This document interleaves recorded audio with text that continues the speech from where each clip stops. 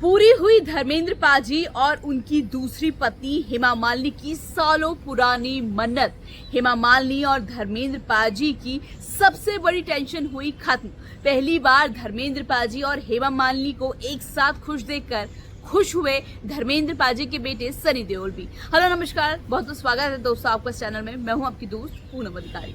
ये बहुत ही कम पल होते हैं जब धर्मेंद्र पाजी और हेमा मालिनी की खुशी में उनके जो धर्मेंद्र पाजी के बेटे हैं सनी देओल भी खुश होते हैं। जी हाँ, हाल ही में धर्मेंद्र पाजी और हेमा मालिनी की सबसे बड़ी जो टेंशन थी वो खत्म हो गई है और जो पूरा का पूरा देओल परिवार है वो बहुत ज्यादा खुश है। मैं आपको पूरी खबर बताऊंगी, लेकिन बताने से पहले इस वीडियो को शेयर जरूर कीजिएगा, चैनल को फॉलो मत करना भूलिएगा और साथ ही वीडियो को लाइक जरूर कीजिएगा।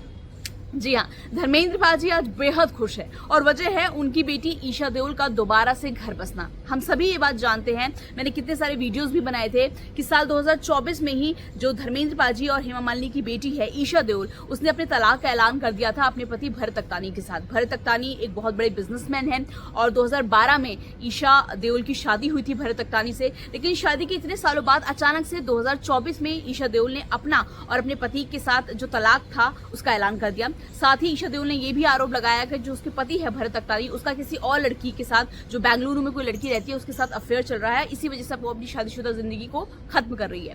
साथ ही जो ईशा देओल और भरत अकतानी हैं, उनकी 2 बेटियां भी थी।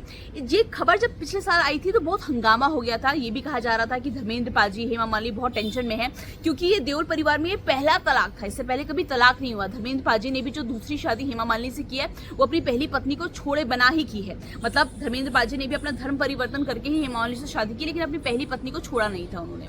तो कहीं ना कहीं धर्मेंद्र पाजी और हेमा मालिनी को बहुत ज्यादा टेंशन हो गई थी कि अब उनकी बेटी ईशा देओल का क्या होगा। लेकिन हाल ही में जो कुछ तस्वीरें सामने आई है उसे देखकर हर कोई खुश है। दरअसल हाल ही में एक तो मुंबई एयरपोर्ट में ईशा देओल अपने पति मतलब तलाक के बावजूद भी अपने पति भरत अकतानी के साथ नजर आई। उसके बाद ऋषिकेश में वो पहुंची।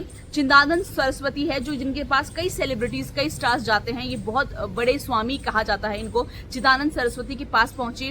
वहां पर ऋषिकेश में ईशा देओल ने अपने पति भरत अकतानी के साथ गंगा आरती की। ईशा देओल ने कोई ऑरेंज कलर का सूट पहना हुआ था और भरत अकतानी एकदम कैजुअल कपड़ों में थे, व्हाइट कलर के उसमें।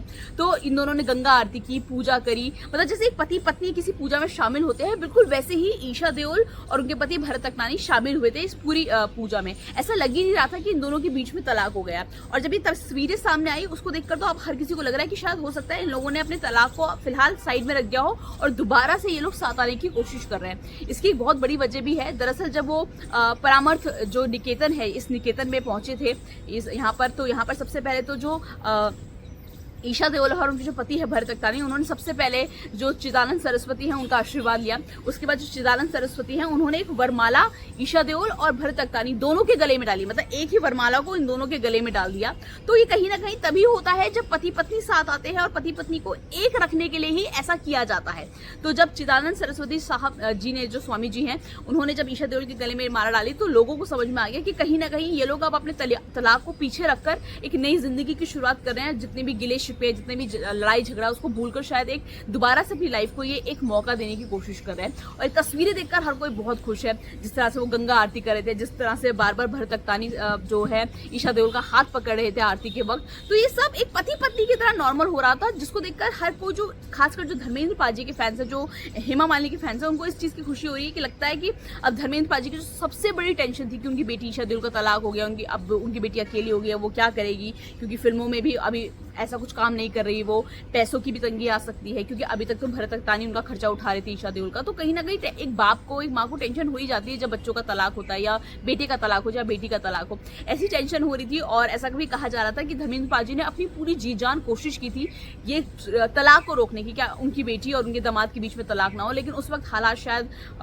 धर्मेंद्र पाजी के फेवर में नहीं थे, या उस किस्मत को शायद ये दूरी ही मंजूर थी। इसी वजह से चाहते भी जो धर्मेंद्र पाजी है उन्होंने बहुत कोशिश की, लेकिन वो तलाक नहीं रोक पाए। लेकिन अब देखिए साल 2025 ने एक चमत्कार कर दिया है और ये दोनों फिर साथ आए हैं। ऐसा लग रहा है शायद रिपोर्ट्स में तो ये भी दावा किया गया है कि ईशा देओल और भरतक रानी अपनी क्योंकि उनकी 2 बेटियां हैं, अपनी बेटियों की वजह से इन्होंने दोबारा से अपनी शादी को जोड़ने की कोशिश की है। फिलहाल हम तो बस यही खुश है कि धर्मेंद्र पाजी और हेमा मालिनी खुश है तो हम भी खुश हैं, उनके फैंस भी खुश हैं। और सबसे अच्छी बात है कि ईशा देओल के जो भाई हैं, जो सौतेले भाई हैं सनी देओल और बॉबी देओल, वो लोग भी बहुत खुश हैं दोबारा से ईशा देओल का घर बसता देख। इस पूरी खबर को लेकर आपकी क्या राय है कमेंट बॉक्स में लिख के मुझे बताइएगा जरूर। वीडियो को शेयर जरूर कीजिएगा, लाइक जरूर कीजिएगा और चैनल को फॉलो करना मत भूलिए।